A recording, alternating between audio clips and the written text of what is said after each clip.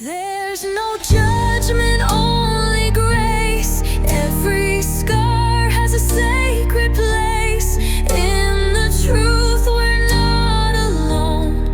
Every story finds a home. Come as you are, don't be afraid. You belong here anyway. We rise in love, we heal in trust. This is where real begins. No judgment. Good evening, everyone. Welcome to No Judgment Here with Tish Ross, the podcast. Thank you for being here. We're going to get started simply because we have so much to talk about this evening. I want to share first and foremost that my guest and I, we are not doctors, we're not therapists, we are not counselors. We are regular, everyday people that have a story to share in hopes to reach others that may be going through something similar. Maybe you know someone that's going through something like this that you can share the podcast with, or maybe it's something that unfortunately you or someone you know will go through in the future. So we are here to share our truths, be our true authentic selves, and again, hopefully reach out to someone who is listening or watching on the other side of this camera and microphone. So we are going to talk a little bit or a lot about the death of a child. Um, Also, something that is very near and dear to me, simply because I have a friend whose son was bullied to death because of him being his true authentic self. And I'll let my guest share a little bit more about what her son went through. But I want to welcome you guys in. Thank you for joining us. So, welcome in, everyone. I'm going to bring my guest in without further ado. There she is. There is Carly. Carly, welcome in. Thank you for being here. Thank you for having me. It's an honor to be here. Absolutely. Well, we're going to dive in, and I want to let you kind of introduce yourself, tell everyone a little bit about yourself and a little bit about your childhood and what you did as a young adult and a young mom, and then get to the story about your son Oni. Okay. Okay. Well, my name's Carly. I live down here in Pinellas County, Florida. I am going through the transitional stages of losing my child a year and a half ago. Um, I moved down to Florida when I was only 8 years old, and I spent my summers from my 8 year old till about 13. Um, Going back and forth between Maryland and Pennsylvania. I have aunts, uncles, cousins up north. We had a family cottage right along the river in Pennsylvania, and that right there has held so many fond childhood memories for me. And so growing up, I know that when you and I chatted, you had shared that you had moved a lot back and forth from, and correct me if I'm wrong, back and forth from Pennsylvania um, to Maryland. And is Well, that correct? the moving part, not necessarily the moving, but summer vacations, yes. Yes, I did. I was going in between the two states. My family, cousins, and everything, they lived in Maryland, but we would drive up to Pennsylvania all the time. Gotcha. And so when you were younger, growing up, did you live with your parents, your mom, your dad, I did. grandparents? Hmm. hmm My family was a very positive influence as far as like my cousins. We grew up at a place where you really didn't hang out with outside friends from school or anything like that. You didn't really, not in our younger years, at least, not until I was later on in my teenagers. But we would spend our summers up in the mountains up in Pennsylvania. A little bit about that was like my grandfather would always tell me make sure I made something of myself. My grandmother was the matriarch of the family. She was very much the glue. We're talking like big Thanksgiving dinners, 30, 40 people, surrounded around the table. The men downstairs watching football up north, and the women in the kitchen. My grandfather used to go in between the both. Um, My mom and my dad did separate when I was young. They just couldn't work it out. I didn't really know my father's side of the family too much. Um, and then we ended up moving down here to our first place that we moved to was Clearwater. And spent a couple years out there, went from Clearwater to Oldsmar, and then old enough, my mom moved up to Orlando. So I have moved quite a bit, but I Mhm. think I moved more down here in Florida than I've moved up north. Okay, gotcha. And Mhm. so what kind of kiddo were you? What kind of child, teenager? I was the one that was picked last and bullied. I was also creative. I was good in school as far as grades. I was often on honor roll. You know, everybody does their teenage stuff.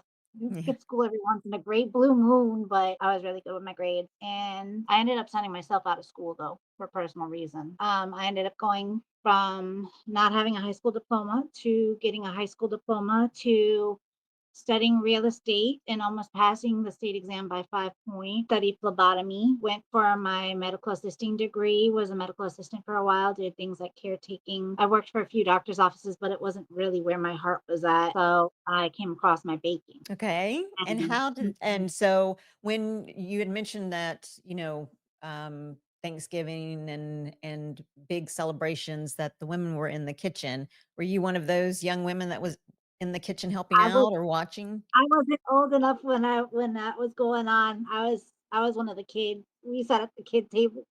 Gotcha. But but we did help out over, like, summer vacations and stuff, like, they they did have a tight ship when we were away. You made your bed. You didn't lay on your bed in clothes. Mm. No, not not if you cared for your afternoon to be going right. My grandmother is the one that bakes, so throughout the years, it was, like, my grandmother and then my around the holidays, my mom baked. So my Okay. baking comes from I'm a 3rd generation baker. My grandmother used to do things like homemade jams, jelly, preserves, fresh rolls, old school sun tea, that Mm. sort of stuff, and it was amazing. Like, I remember the dinners up there, and everybody pitched in, so we would do things like that up there, and if it wasn't being inside the cottage, we were floating down the river. I have to say I'm lucky to have the childhood that I had because I feel like, in a sense, it's a blessing and a curse. I learned that the world is a lot bigger, that there's a lot more walks of life out there, that not everything is sunshine and rainbows. Mm. It's been some hard lessons, but I'm grateful for the childhood that I had. There were things that did happen, but for the most part, I had a decent childhood growing up. And so when you say that you found baking, tell us a little bit about that. Okay. So I had always admired like the cooking shows and everything. And after my grandmother passed, I remember my kids' birthdays coming around. The very, very first cake that I made was hard as a rock. It came out from the oven and went directly into the trash can. It was that bad, and so I got intimidated by it for a while, and I didn't touch a cake from scratch for many years, but it took me to push myself out of my comfort zone, and I got better. The more practice you got under your belt, the better you are at something. You just don't start off great. You have to start off somewhere, Right. and, that's my tribute. That's my time that I spend in the kitchen. I found out that it's an emotional thing for me too. Mm. So sometimes when I'm feeling down and out, I won't do it. And but it's something that I've got a very hefty investment in. In fact, when I was going to school for medical assisting, I always used to admire the baking department back then. Yeah, I used to admire culinary a lot. I used to admire culinary a lot. I should have switched. I should have switched. But I always say I don't regret it because I know enough to save a life. Mm. And so it's been very helpful. And I've had quite a few opportunities because of it. So you can And never go back. one of the unique things that you shared with me about is that you established yourself by walking into places and giving them samples of your cookies. Is that right? Yeah, no shame. I will go up to where I live at. I live near US Highway 19, and there is a bunch of Take Five oil changes. And I got smart about it. And I know that guys like to eat. Mhm. And So I'll go in and start and see my grease monkeys and ask them how their day is going, and the guys in the auto mechanic shops and the garages. I mean, anywhere out really. I don't have any shame.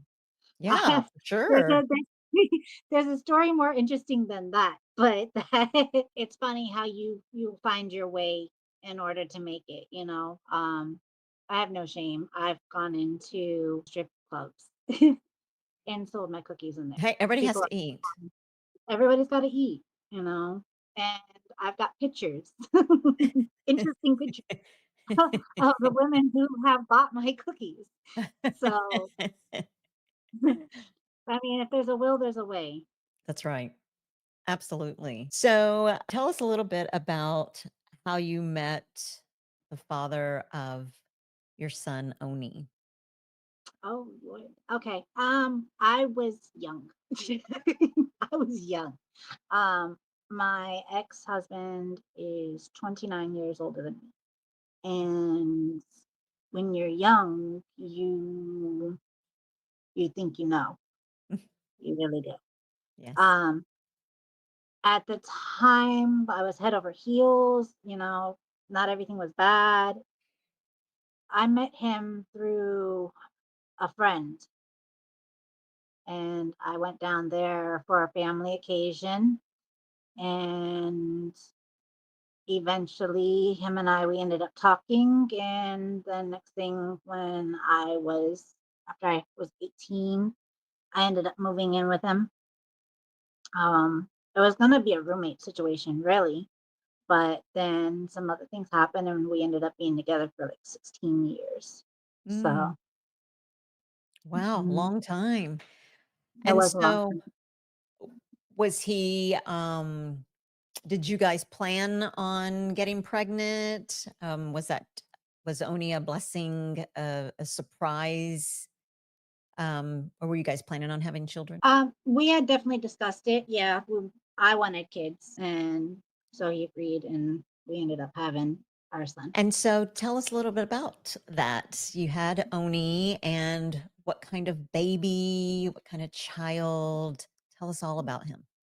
Oni was amazing. He has to be one of the sweetest souls I've ever met. We had our differences, as any parent does with their kid, but I just remember Oni being very innocent.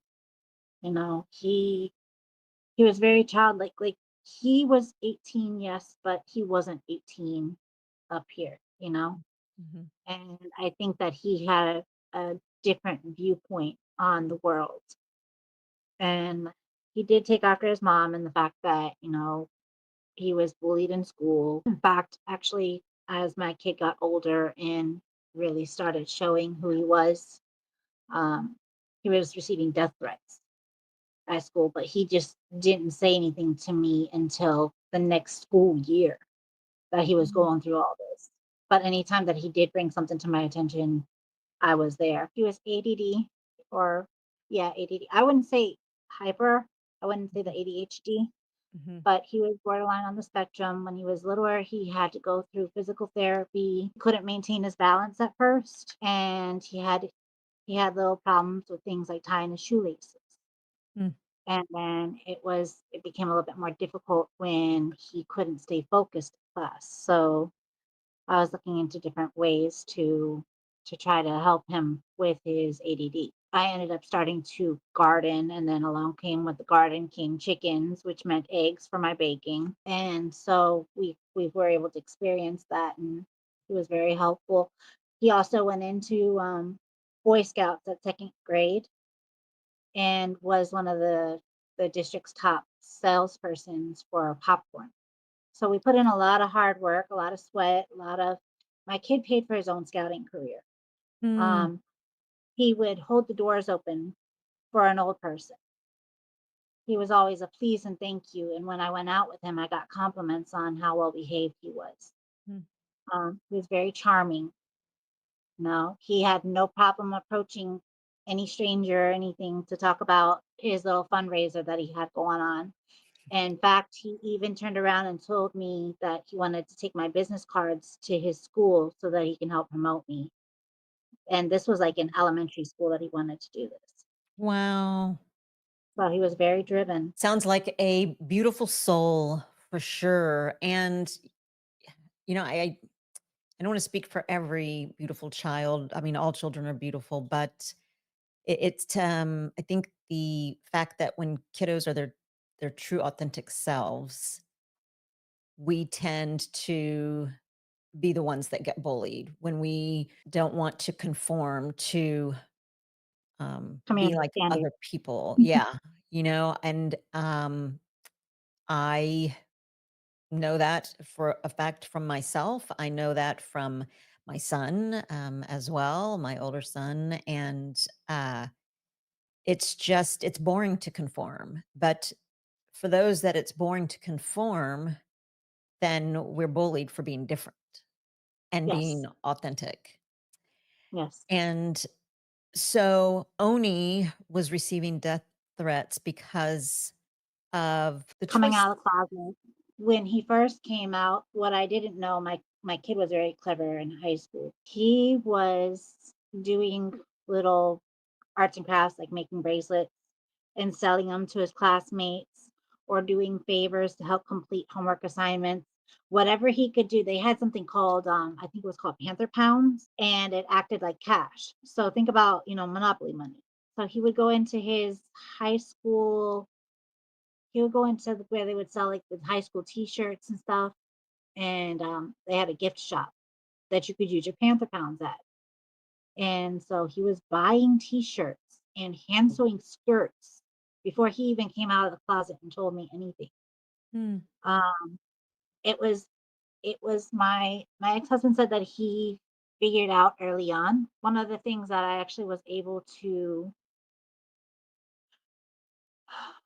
was able to face with him. And when I sat down and I had that conversation, it just made us all that much more closer. He would hide at first. I think he was scared of his father finding out or what might happen at home if anybody knew he was different. So he hid it for a while. And I had to try to create some sort of safe space for him where he didn't Hmm. have to feel like that. It's terrible to be a kid that's constantly picked on for being different and then going home and feel like you're not accepted there either. Hmm. And so I remember having conversations before I moved out, before I made that choice to get out of that situation. And it wasn't just like a light switch. It didn't happen overnight. It was a cycle that I saw repeating itself. And I finally had enough of enough. And so, Carly, how did he tell you? How did he tell you? And so, when you say that, because I think a lot of parents, people, families, grandmas, grandparents, aunts, uncles, when you say he didn't feel accepted at home, what do you mean by that? First of all, how did he tell you? And then, I brought it up to him because a family member brought it up to me. mm, Um, he felt a close bond with, actually, it was my ex-husband's granddaughter. Like I said, there was with the age gap difference, these two ended up growing up together. mm, They were within like 3, 4 years apart. And so it was a matter of him having confidence in her and then her opening up and telling me what was going on. From there, I took it from there. And when he came out, I really didn't blink. I really didn't blink an eyeball. I just was more concerned about his well-being as far as his safety. And I knew that my kid struggled with depression and being different. And so what worried me most is, statistically speaking, the kids that go through suicide. mhm. It's a suicide risk Yes, it because is. people out there in the world are just this world is just, can be an ugly place. For as beautiful as it can be an ugly place as well. Yes. And so how did you kind of prep him? I mean, it is such it is so unfortunate. It is so unfortunate that we cannot be who we are and who we want to be without being threatened, without our lives being threatened, without receiving death threats, without Mhm. being bullied at school, and with parents having to worry about your child, what's happening to my child at school, what's happening within my child. Is he or she depressed? Are they just not telling me because they don't want me to worry? A lot of kids take that on unnecessarily, but they do that because they love you. They love their parents, and they don't want the parents to worry. And it sounds like Oni was like that because he didn't even tell you that he was being bullied until the next school year. And so, how do you, as a parent, what can you say to prep him or to help him feel safe at home? Had some real life conversations with him. My kid came out when he was saying that he was transgender. And at the time, this was when a lot of the kids were coming out and saying that. And so the subject became more of, is it a fad, or is what really is going on with you?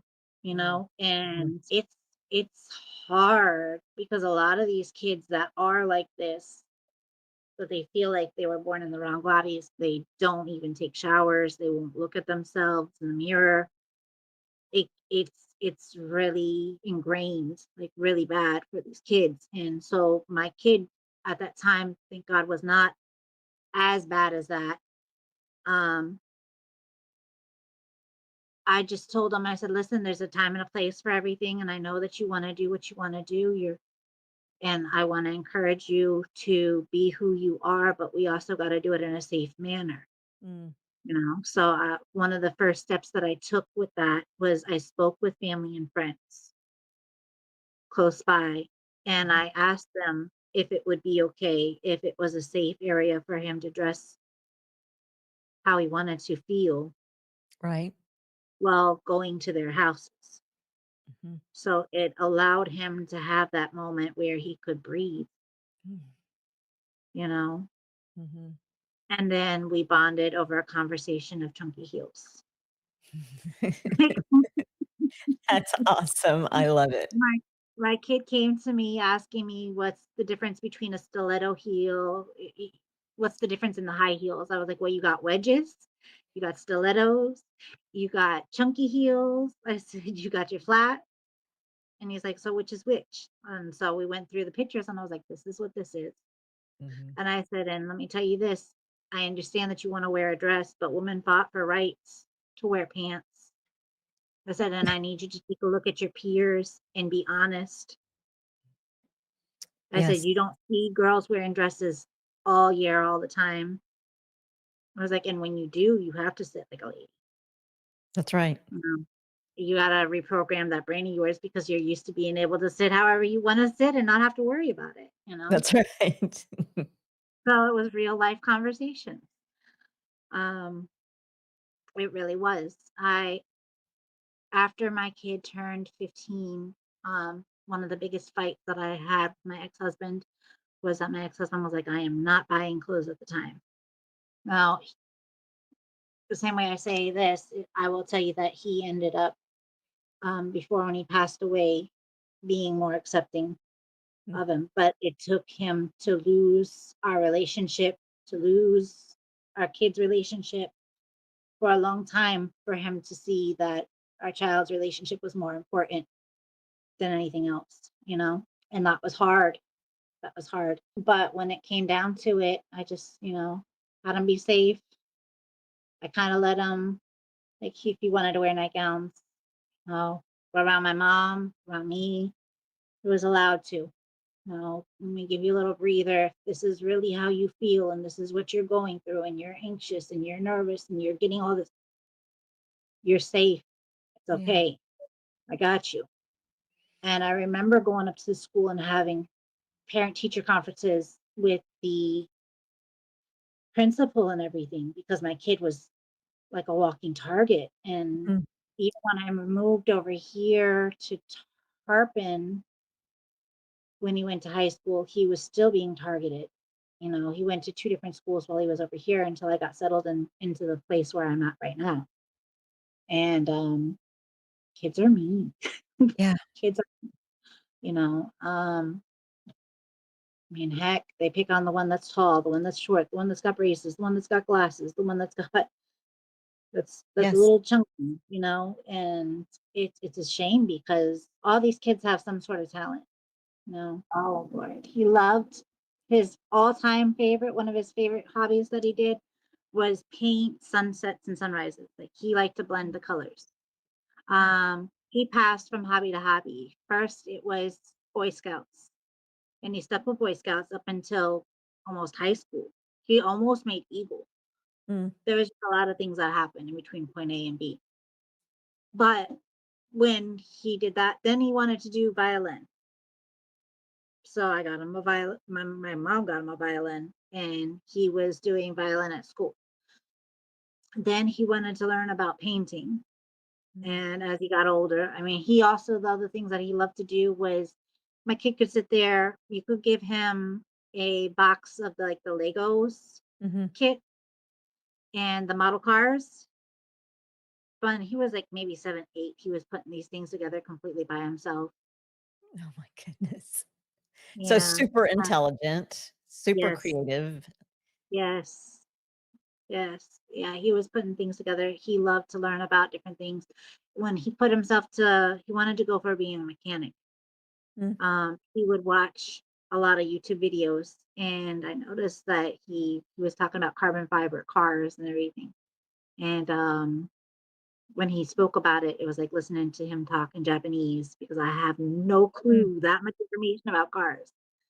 But he loved him. One of his role models was Elon Musk. Mhm. I was gonna Mhm. ask you if he had any role models, so Yeah, wow. yeah. Yeah, he loved Elon Musk because he said that he wanted to go to school and learn how the kids learned for the trades, that if he had the opportunity to, he would have gone to the school that Elon Musk put together. Hmm, that is so amazing. What a beautiful child. I'm gonna take a moment just to read a couple of comments here. Um, so Melinda Dobson says, conforming to society is not right or good. You are right. Um, s- he was a very talented child. Um, Another Pretty and Pooch says, it's better to be you. Do not let society make you be someone that you are not. Uh, that's so true, Carly. I remember when they finally let us start wearing pants in school. Pretty and Pooch says, kids are mean as well as some adults. Yes. And, did you guys ever catch any did Oni ever feel like adults were being mean to him because he was trying to be who he wanted to be? Did he share that with you at all? As far as an adult was concerned, the only one in the beginning that he was really concerned about was his father. Mm, mhm. Did he and I know that he was young. Did he it's just so hard as a child to obviously think like an adult. Did he in any way have any kind of understanding of maybe what his dad might be feeling or going through? Or I mean, that's so hard because he was a child. Yeah, I think that when you're doing with like age differences and mentality because of the older generations that have been through the different things, you know, it's hard for them to accept and praise or stand for something that was so taboo in their Mm, generation. And, then comes the newest generations that are more free spirited and free minded. It is not the same. right. No, it is not the same. Their struggles are not the same. The things that they've seen are not the same. So I do not believe that at first that they completely understood one another. No, Mm. no, I Yeah, don't. I get that. And that's such an important thing to say. And I read something the other day that said, children, you will not raise your parents as your parents raised you because this world is not the same. It's not the same. And, my hat is off to the millennials. I've interviewed Gen X. I've interviewed so many different generations, and my hat is off really to the millennials. I thank God for them. They um, paved the way, I think, or at least started it, to Mhm. a lot of this free spirited, a lot of this more open mindedness, a lot more of this acceptance. And thank God for that. But we Um, also live in a world where, yes, there are the generations that were raised, I don't want to say at any fault of their own either, because they were raised that way. That's just a very it's a touchy topic, I think. But mhm, people are how they were raised, and I thank God that I am at a time where the millennials, my eyes have always been open to authenticity because I am authentic. And so I've just always loved people and who they are. Like, who are you genuinely, truly? I want to know who you are. But the millennials did pave the way to a little bit being more free spirited. There are some things, though, that I think would reel in, but in terms of being mhm. your true authentic self, I think, such a great time, such as this. Thank you for watching Prospera TV Network. We hope you're enjoying the show. We'll be right back after this commercial break.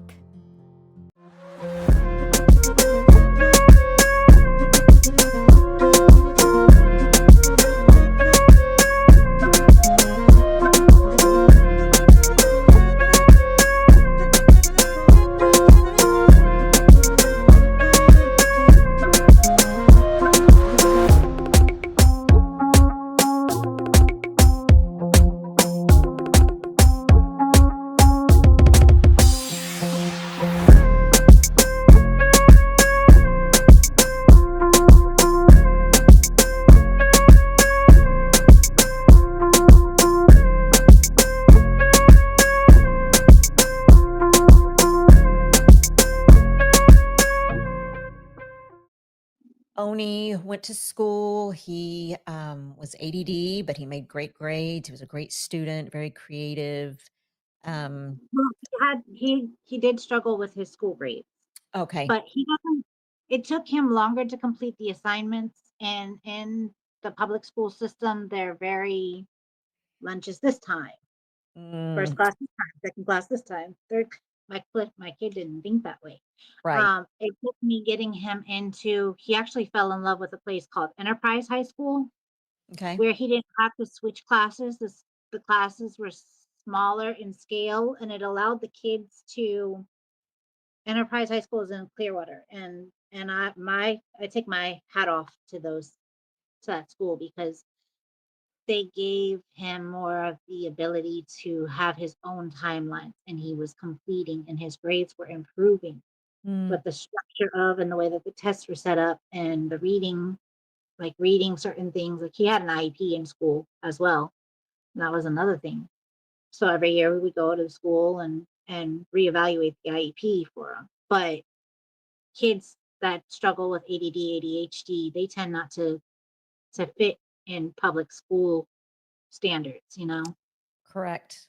That is so true. And I think that there need to be more schools like the one that he attended, because every child is different. Every child learns differently. Every child, my son is ADD and dyslexic, and he he struggled in school, but he made it. But he was also made fun of as well, even by teachers, unfortunately. And like you said, they don't think that way. They don't learn that way. It takes them a little more time, but boy, give them that time and you Mhm. see what they come up with. It's masterful. Yeah, So he went to school. He didn't graduate. he was so close. He was supposed to graduate in May. He was on track for it. He was a few credits shy, but he was on track. He made a lot of leaps and bounds in the transition. I'm grateful for the high school because Enterprise still allowed me to, even though it wasn't the regular way of watching um, my baby walk. He passed in on December 4th. His graduation would have been in May before Mother's Day. And the high school I went in there and I was like, "Is there any way for any sort of certificate whatsoever? Is there anything that we can do?" I always told my kid that he would graduate with my footprints on the back of his cap and gown. Mm. It was a joke between, me and my kid. My kid would look at me funny for it. I'm like, "Yeah, kid, because you can do it, you can do it. Even if you have to work harder, you're gonna be able to do it. Just make sure you do it." Because I Yes. signed myself out of high school, and even though I went to college, and even though, you know, I've had opportunities come to me and everything like that, I just wanted to be able to have that milestone with him. And not just for me, but for him to have that milestone for himself, to know that everything that you've gone through Mm. wasn't for nothing. It was an accomplishment, Yeah. whether if it's big or small. Absolutely. Absolutely. Um, how did Oni pass? I have a big hill um that goes down and where I live at, and there's also medians in the middle. There's two lanes of traffic, one that heads eastbound, one that heads westbound. He made it past the eastbound lane, um, got caught on the median. I imagine he was distracted at the time and ended up in a head-on collision with a vehicle that was going westbound on this lane. And my kid at the time, he had told me that he was going to go out, that he was around the area looking for jobs and stuff. So I was at work at the time. Fortunately, he didn't have a cell phone on him, um, nor was he wearing a helmet the day of the accident. And it was a chain of events. Left the house, went down this hill. And when I say hill, it's a hill. Um, there was a lot of flooding during like the hurricane season in Mhm. my general area. Sponge docks got put underwater, but because of this hill, my townhouse wasn't touched. Mm. But in the case of a bicycle going down that hill, you pick up some speed, you Mhm. know, and it just so happened that he didn't make it across the other lane. I don't know about the driver. I don't know anything about the driver. Um, I got his name, but I can't bring myself to. I just can't. I'm not there yet. Mm. Mhm. 'Cause this was just in 2023. Is that It was right? at the end of 2023. Yeah, we were like a few days away from Christmas, a few weeks away from Christmas, right before the holidays, very beginning of December. Yeah. And so you had shared with me that before he um left that day and he was going out, he was riding his bike and he was going to look for a job. Um one of the last things that you did with Oni on a Sunday, you had shared that you Yes. guys had packaged up some cookies. Tell us that story. Well, um, I wanted my kid to be proud of me. Like, I always managed to make it some way or another. And we were packaging up cookies together, and I was taking them to the businesses to see if any of my customers were interested in purchasing a few cookies. When we were sitting there at the back of the table, one of my all-time favorite memories of him, especially now, has been that as he was packaging up a cookie, he turned around and he told me that he wouldn't eat a cookie unless it was broken. Something told me to break the cookie. So as I was sitting there at the back table, I grabbed the other end of the cookie that he was about to package up and I snapped it in half. And I told him, oops. And my little oops moment is forever etched in my mind now Mm. because his face lit up. It was like watching a little kid at Christmas. And took a bite of the cookie and he told me it was one of the best things that he had ever tasted. It's just a Mm. chocolate chip cookie.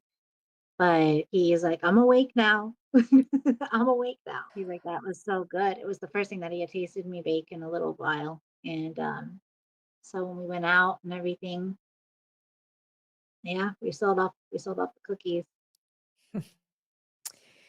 Woo, that's tough. That's tough. But like you said, it's a beautiful thing, and I thank God that you listened to that nudge to break the cookie, and that you were able to experience and see his face, you know, like a kid at Christmas, so happy that he got to eat. And the fact that he said it was the best thing that he's tasted. I'm sure that for you, that's just such a It kept, beautiful memory. What keeps you going? What keeps you going, Carly? knowing that the end is not the end. It's a transition. Um, I feel him very heavily Mm, around me, feel mhm, a spirit around me. When he first passed away, the fire alarms in my townhouse, both upstairs and downstairs, were going off. When he passed, I had to run. And you're 18, he's a kid, I'm a single mom, life as it is.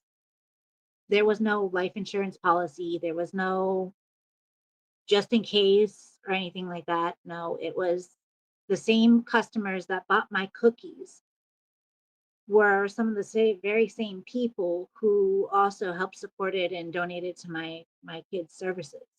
mm, Friends, family. I made up a flyer. I was going to the same customers that I had purchased my cookies, and I'm very grateful for the support of the community and for the support of my loved ones and my friends because I don't know if I'd be here mm, right now talking to you.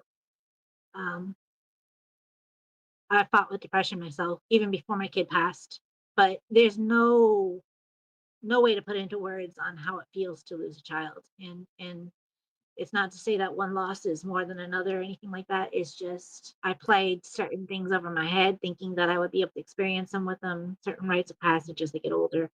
So the things that are keeping me going now is a lot of meditation, mm, a lot of prayer. Um, I'd be lying to say if I didn't say that there were a lot of tears involved. mhm, It comes in waves.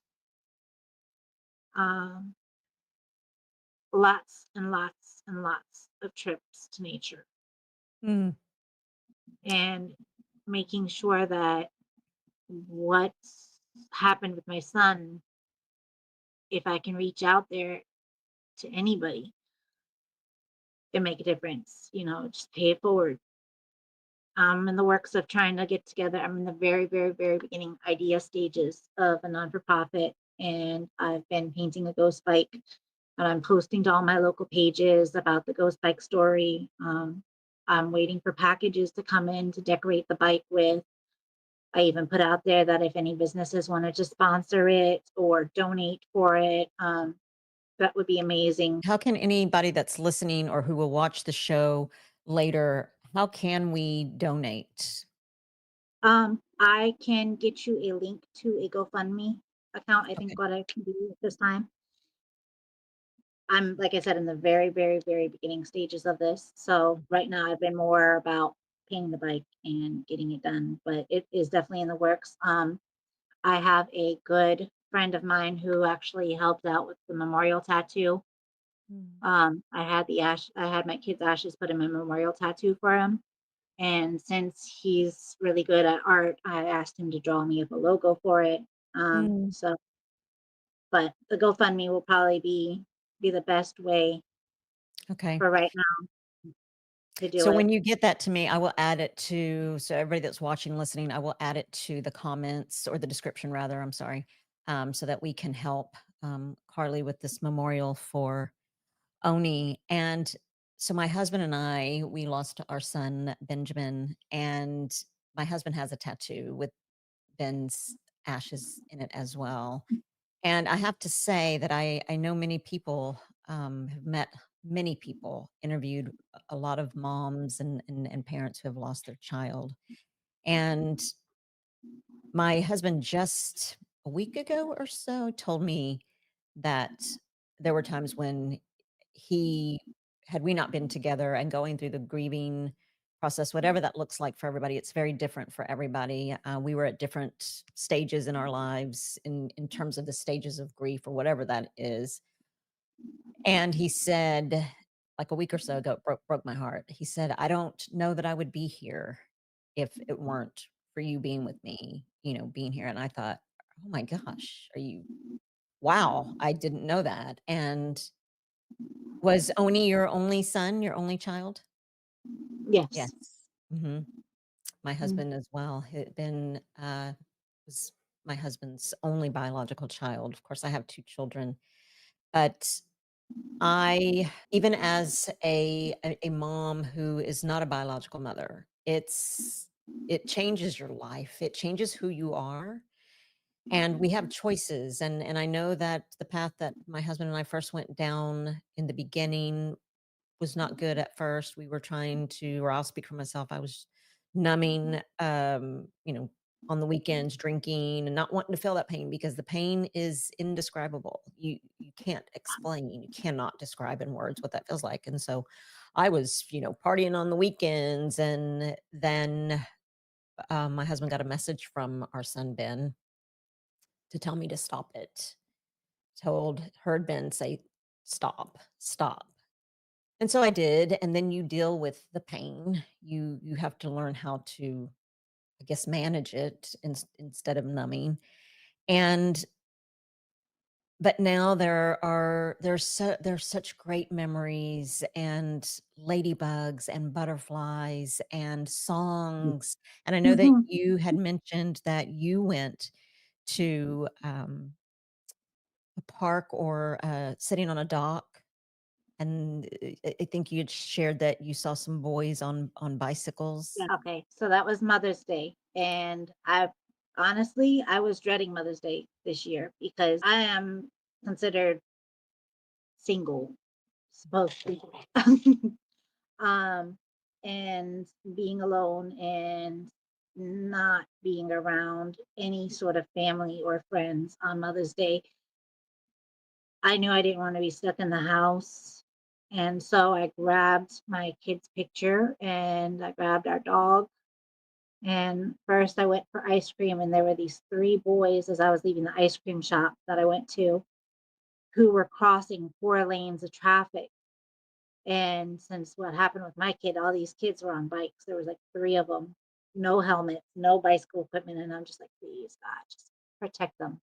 Mm, Please, God, protect them, And I went down by the water, the bayou, and I was sitting out by the boat dock. And I was in my car listening to music, and I'm talking to my kid, just like I'm talking to you.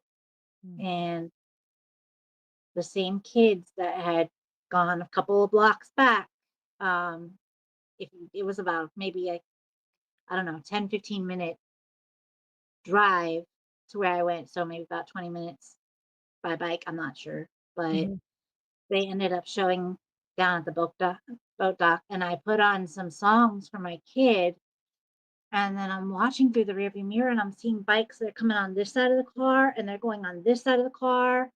And it was like a good 5 bicyclists. mm, It was the three kids plus two other people that were there, and they were just coming from all directions.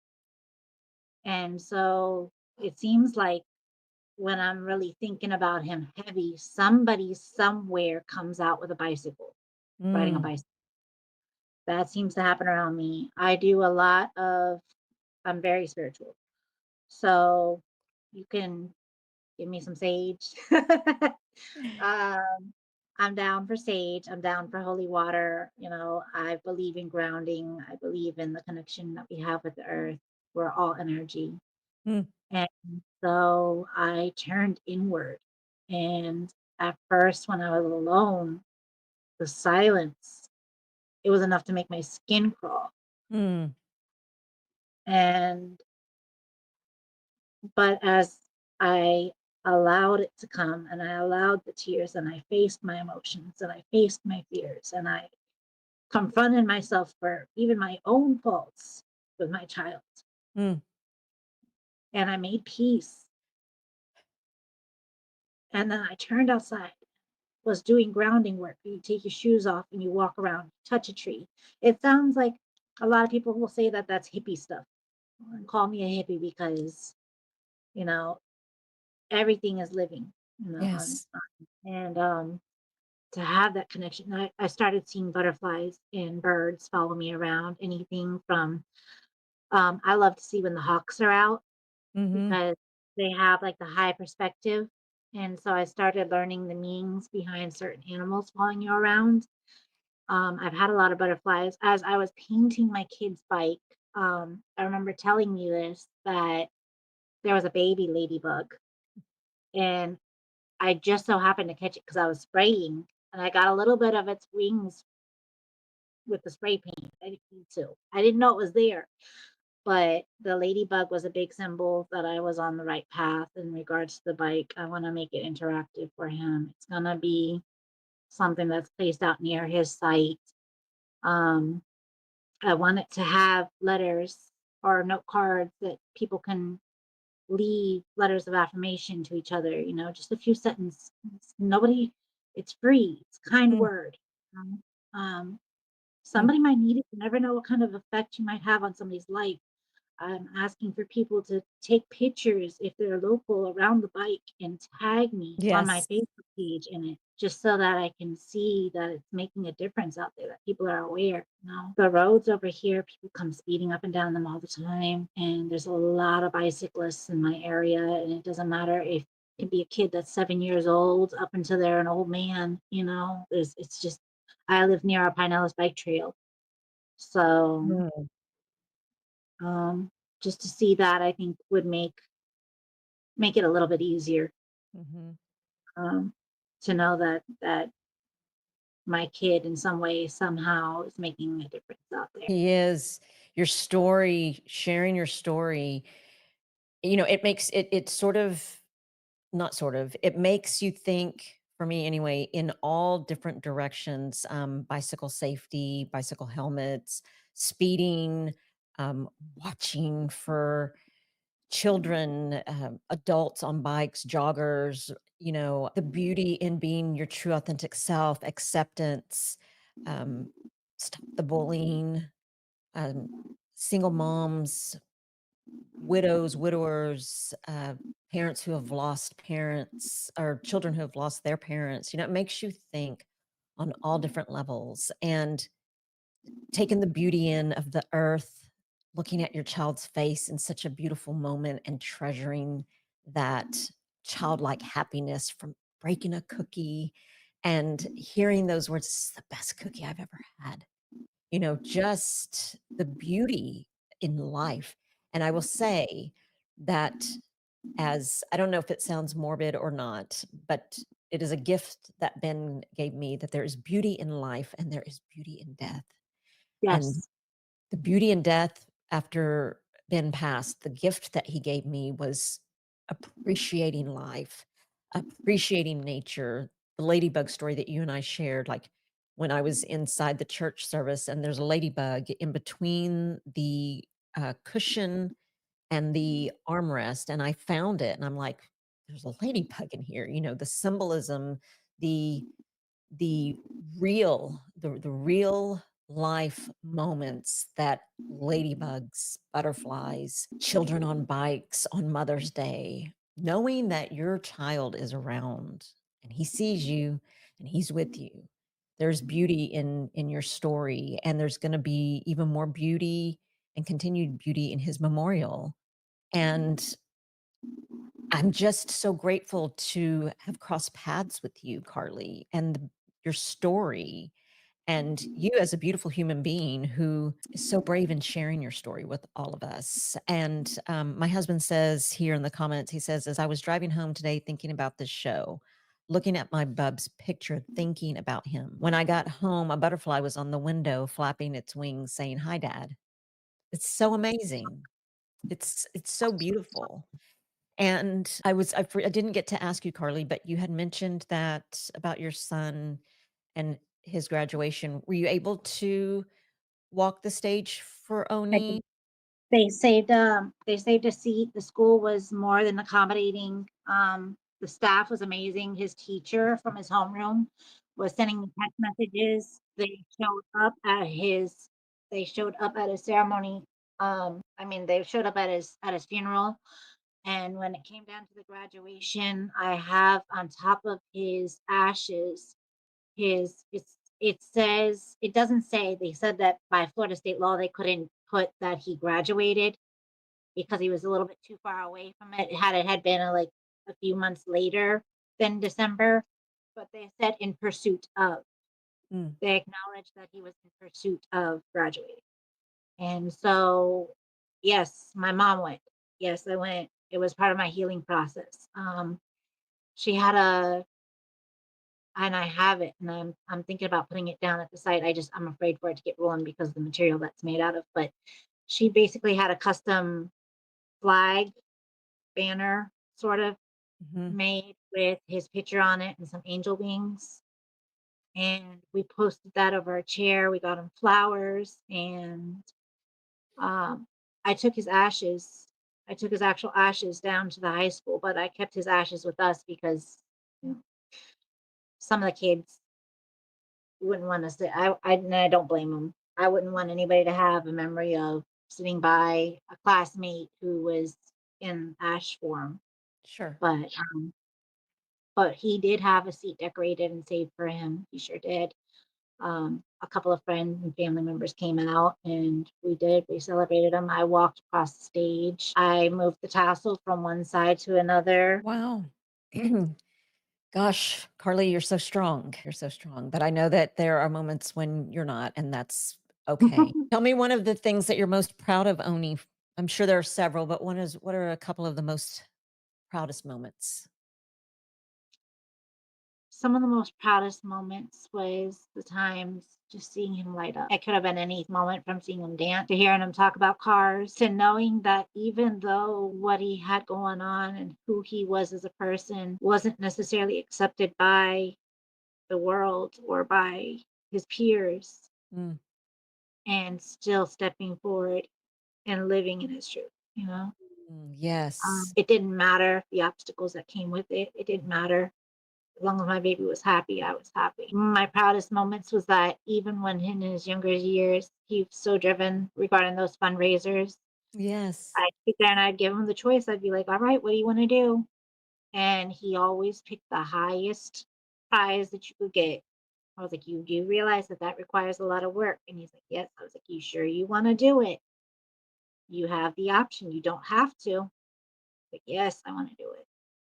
Mm, So my kids, in a sense, my kids taught me how to keep going, and for that I'm proud. absolutely. You have so much to be proud of in Oni and of yourself too. What a beautiful son you raised, and what a beautiful human being you are in creating a safe place for him and protecting him and accepting who he is and allowing him to be who he is. And tell me how this has changed you. One of the biggest things I say all the time, I've always said I move mountains, but to anybody who is just coming in and starting to get to know me as a person, say I found my voice. I don't really tolerate or entertain what I used to put up with. I will very openly speak freely for somebody who needs a voice, whether it be on multiple topics, whether if it's for the community, like my kid was in, or if it was somebody who faced an issue because of racism.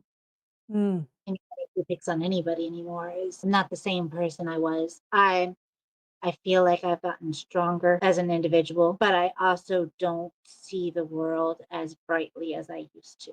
yeah. That makes so much sense. And you also shared with me that you wrote poems and Yeah. that you even have had some published. Is that correct? Yes, ma'am. My first time getting on stage for anything that I wrote was back in fifth grade. In middle school, I managed to get an automatic A for the semester. I was published in the St. Petersburg Times back in 1997 for a Mother's Day poem. In high school, I had a science teacher that I absolutely loved because she just made it easy and Mm, fun. And as long as you did your work in her class and paid attention, you were straight. You know, she was my all-time favorite teacher. And one year it was her birthday, and some of the kids were coming in with gifts and stuff, and I didn't have the money to get her a gift. So I wrote her a poem, and she broke down and cried because I wrote mm, her something. She's like, a lot of people, they can always go out to the store and buy you gifts, but nobody can write you something specifically for you.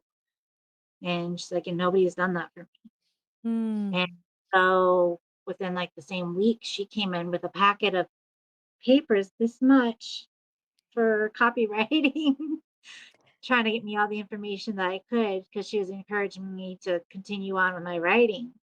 I've got a book that I've had since second grade. It's like pink on the back and teddy bears on the front. And it was my first writing journal that I had gotten. Oh my goodness. Mm. And so it's one of the things that I like to do is write. I like to be able to it's a release for me. I wrote for my grandmother's funeral. When she passed away, I had written a poem for her then, but I noticed that with me, my I guess talents are triggered by emotion. Mm. And so when I'm baking and I'm connecting to my grandmother and I'm writing and I'm releasing my emotions and getting it out from here and putting it onto pen and paper, or paper and pen and getting the message out there. Do you have a poem that you would like to share with us? That's funny. All right. I wasn't prepared for that one. Give me 1 second, I'll get it. Of course, of course. I have all of his. I have all of these pictures over here from different moments in my kid's life. Now that everything's there, I look back and I say, wow, we really did all that. And when you think that you don't do enough, it was one of those things like I always wondered if I did enough for my kid. Did I make him happy? Did I do right by him? And then I look at all these pictures and I do see that he had as decent as a life as he could by our means. I think that as parents, we tend to be hard on each other or hard on Absolutely. ourselves about things like that, especially when we're facing something like this. And I think too, a lot of single parents, well, I'll speak for myself as a single mom for, almost 11 years, I felt like I was in survival mode for most of the time. And then my children got older and I started thinking, oh my gosh, I didn't teach them how to save money. Oh my God. Cause I didn't have money to save. And so that wasn't something on the forefront. Yes, that's the other thing that I do remember with my kid is that one of the things that we did do before he passed was we were sitting at the back table and this pizzeria near me had given him a paper application. Nowadays, everything is done online. And so he's like, how do I do this? And I had to sit down and tell him, you got to look at your ID and you fill in the information as it asks you. So I was teaching him how to fill Mm, applications mhm, at the time. He was looking for a job as well as going to school. mhm. I got that poem. Okay, Um, you're ready. ooh, this is challenging. I am the voice meant to be heard over a crowd, the one that breaks ancestral chains. All I want to do is make them proud. And if by chance I can touch a few lives with this message when I say the storms can't last forever, and it's actually quite nice to dance in the rain. I completely understand now those sayings about people who are meant to leave our lives. Some may have to go in order for you to thrive. Yet still the memories may linger, making it bittersweet. I finally gotten a hold of the solitude thing, along with a quieter mind. My energy is now mine, my own to keep. I no longer will continue to play small, not after all I've been through, not even a little, not one bit at all. The funny thing is that I've always said it because I've always known. I moved mountains, or so my strength has shown. All jokes aside, I know I've been chosen to lead, to be a guiding light for all the others in need. And heavy is the crown, yet I sure do wear it well. For I am in alignment on my highest path. Where it goes, only time will tell. That's my most recent. That's beautiful. Beautiful. My goodness. Thank you so much for sharing that with us and for us to be the first to hear it. Just beautiful. Carly, I'm going to ask you one question, the question that I ask everyone at the end of this podcast. And after everything that you have been through since you were a child yourself, a teenager, a young lady, a mom, a single mom, the mom who's lost her Oni, after everything that you've been through and who you are today, who would you say, who is Carly today? Who are you today? After everything, who are you today? Definitely not who I was. I'm in between points A and B. I know I'm still transitioning. I know I'm on my way. I know I'm on the right path. I believe that's to be determined. I love I that. And think you that know what? Your poem just, I think your poem answered my question, actually. It was just, you're a voice for those that can't speak. It is bittersweet. And like I said, after our son passed, there's a gift there. Taking a moment to look at the earth, taking a moment to see nature and enjoy it, and the majesty and the beauty behind the trees and the leaves and the grass. That's what Ben gave me. And had he not left this world, it would have just kept passing me by, because I'm not that kind of person. I'm not a Smell the person. baby. Yeah, I'm not a person that sits in nature. Never was. But now I can see a bird and think, wow, a Mm, ladybug, a butterfly, and think, oh my gosh, the mhm. flowers, the blooms to his bushes that bloom at the oddest of times. And I know that's him. Like, oh my goodness. So it's just, you are such a beautiful human being, Carly. And I am so, so honored that you said yes to coming on and sharing your story, sharing your son Oni with us, his life and his passing. And, it hasn't even been like we shared, a year and a half that he's been gone. But I pray for you. I pray for you on this new path and this journey that you are on. And for the ups and the downs, the good and the not so good, but the beauty that you'll receive from continuing on this path, this journey that you're on now. Thank you for coming on. Is there anything that you would like to share with anyone before we hop off? Even on your darkest days, don't give up. Don't give up. Don't give in. Continue to fight. Sometimes it gets easier, sometimes it gets harder. No, I wake up in the morning time and I say, I was woken up today for a reason. Mm, I'm still here. As long as I have air in my lungs, I'll continue to fight. It's all we can do. Right? If we don't try, we don't get any different results. This is my different route. mm, You're my first podcast, by the way. Thank mm. you. Thank you. Thank you so much. And if you'll send me those links to your GoFundMe, I would love to put them on. I know my husband and I will be helping and donating, and want to be just a small part of Oni's memorial. So thank you so much. Thank you for coming on and sharing. And I hope that this does you some healing as well. And boy, I'm just, I'm in awe of what a beautiful woman that you are, Carly. So thank you. Thank you for coming on and sharing. I so appreciate you. Thank you so much. Thank you guys for coming in. And I so appreciate you guys for joining in. And please, again, as always, share this podcast. I know that it will help others. I know that it's helped me. And I know that it's helped my husband as he is listening and watching as well. So, as always, we will see you guys next week. Continue to share and continue to join me on No Judgment Here with Tish Ross, the podcast. And don't forget to let your family and friends know that this particular podcast is now on Prospera TV Network on Roku. Thank you all. I hope you guys have a blessed evening. Have a great week. Good night. There's no judgment, only grace. Every scar has a sacred place. In the truth, we're not alone. Every story finds a home. Come as you are, don't be afraid. You belong here anyway. We rise in love, we heal in trust. This is where real begins. No judgment.